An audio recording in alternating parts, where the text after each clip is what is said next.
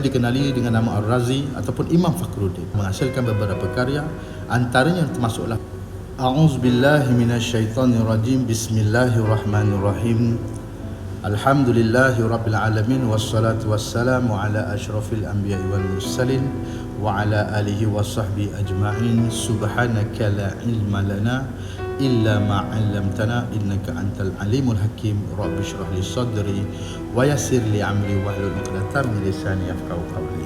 Assalamualaikum warahmatullahi wabarakatuh. Saya Syahril bin Sulaiman, nombor pelajar FV230037, merupakan pelajar program Imam Profesional UTH Bertepahat yang dikendalikan oleh pensyarah Ustazah Dr. Nur Zainatul Nadra binti Zainul, yang telah memberi tugasan individu kepada kami yang dibawa tajuk pada hari ini adalah Tafsir Fakhruddin Ar-Razi. Di sini saya ingin menjelaskan ataupun mengupas secara ringkas berkenaan salah seorang ahli tafsir dan juga ilmu kalam yang juga dikenali sebagai tokoh pembaharuan dunia Islam pada abad ke-12. Fakhruddin Ar-Razi, nama penuh beliau ialah Abu Abdullah Muhammad bin Umar bin Husain Al-Taimi. Beliau juga dikenali dengan nama Ar-Razi ataupun Imam Fakhruddin. Keluarganya dikenali sebagai keluarga yang ilmuwan. Ayahnya Daudin, ulama dan pemikir yang dikagumi di Rai. Memberikan pendidikan awal kepada Imam Ar-Razi dalam bidang agama dan juga umum.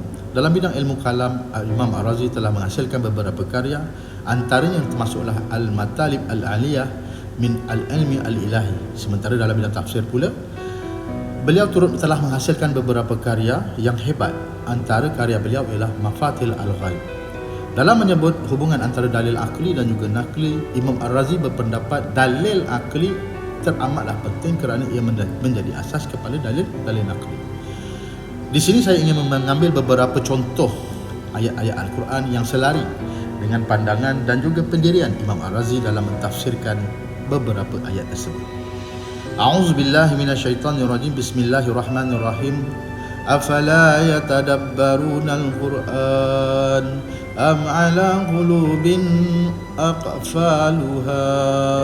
Yang bermaksud, apakah mereka tidak memerhatikan Al-Quran ataukah hati mereka telah terkunci. Surah Muhammad ayat 24. Berdasarkan ayat di atas, jelaslah bahawa Allah SWT menyeru kepada hambanya agar berfikir dengan menggunakan akal yang sihat. Berikut adalah penggunaan akal seiring dengan kehendak Al-Quran yang diadaptasikan oleh Imam Ar-Razi dalam karya Tafsir Mafatihul Ghaib. Imam Ar-Razi menekankan bahawa agama Islam tidak bertentangan dengan akal yang sihat. Bahkan sebaliknya, ajaran Islam mendorong umatnya untuk berfikir, merenung dan juga menggunakan akal yang sihat dalam menjalani kehidupan seharian mereka. Imam Ar-Razi merujuk bahawa Allah SWT memberikan manusia akal yang sihat sebagai anugerah dan tanggungjawab untuk digunakan secara bijaksana.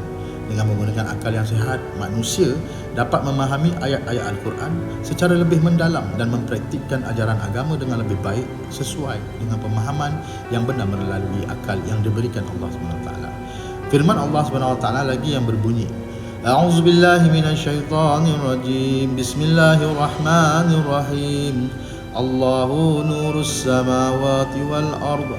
Masalu nurihi kamishkatin fiha misbahul misbah. Yang bermaksud, Allah memberi cahaya kepada langit dan bumi. Perumpamaan cahayanya seperti lubang yang tidak tembus yang di dalamnya ada pelita besar. Surah An-Nur ayat 35.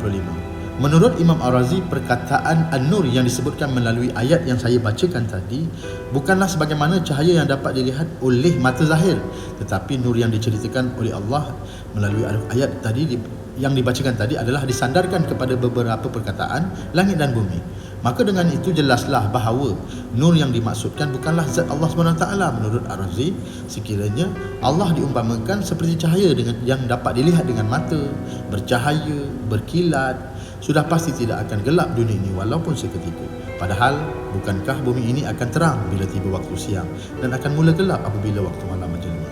Dan lagi pendapat Imam Ar-Razi, jika sekiranya Allah diumpamakan seperti nur, sudah tentu ia memerlukan matahari, bulan dan juga api. Namun, hakikat yang sebenar ia sangat berbeza dengan apa yang disangkakan. Dan yang terakhir hujahnya adalah nur yang dapat dilihat dengan akan lenyap apabila datangnya malam. Sekiranya Allah SWT seperti nur yang dilihat, nescaya dia hilang dan lenyap dan kemudian datang kembali silih berganti sehinggalah hari kiamat. Sedangkan umum sudah pun tahu dan jelas bahawa sifat berubah adalah mustahil pada zat dan juga sifat Allah Subhanahu Wa Taala. Kesimpulannya, secara ringkas dapatlah kita lihat dengan jelas di sini bahawa bersandarkan hujah-hujah yang disebutkan tadi, dapatlah dikatakan bahawa Imam Ar-Razi telah mentakwilkan perkataan Nur kerana ingin melihat maksud yang sebenar yang ingin disampaikan oleh Al-Quran dapat difahami dengan jelas tanpa sebarang keraguan. Beliau telah mengaplikasikan manhaj al-aqli dengan berfokuskan tanzih.